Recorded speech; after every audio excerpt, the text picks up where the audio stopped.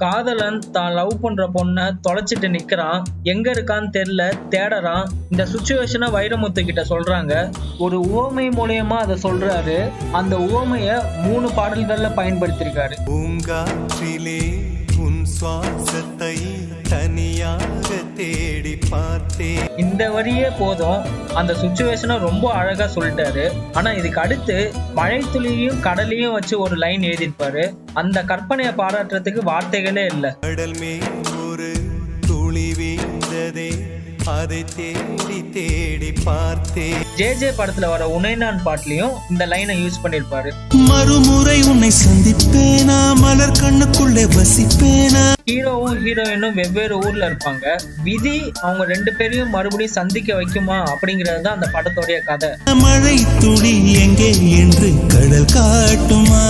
இது எல்லாத்துக்கும் முன்னாடியே டூயட் படத்துல இந்த ஓமைய வேற ஒரு சுச்சுவேஷனுக்கு எழுதியிருப்பாரு. கடலிலே மழை வீழ்ந்த பின் எந்த துளி மழை துளி. காதலன் எப்படி காதல்ல விழுந்தாருங்கிறத சொல்றதுக்கு இந்த ஓமைய பயன்படுத்தியிருப்பாரு. காதலில் அது போல நான் கலந்திட்டேன் காதலி. மழை துளி கடல்ல சேர்ற இந்த ஓமைய 2 சுச்சுவேஷன்ல கனக்கச்சிதமா பொருத்தினது மட்டும் இல்லாம அதை நம்மள ரசிக்கவும் வச்சிருப்பாரு வைரமுத்து.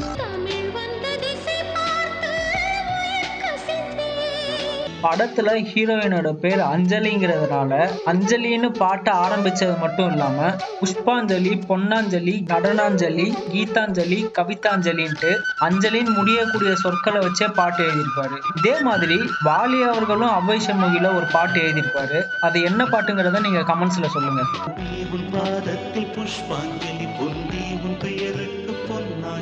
இந்த 3 பாட்டையும் கண்டிப்பா கேளுங்க. வைரமுத்து, இசையமைப்பாளர்கள், பாடகர்கள் இவங்க எல்லாரும் சேர்ந்து நம்மள வேற உலகத்துக்கு கொண்டு சேர்த்திருப்பாங்க. அஞ்சலி அஞ்சலி.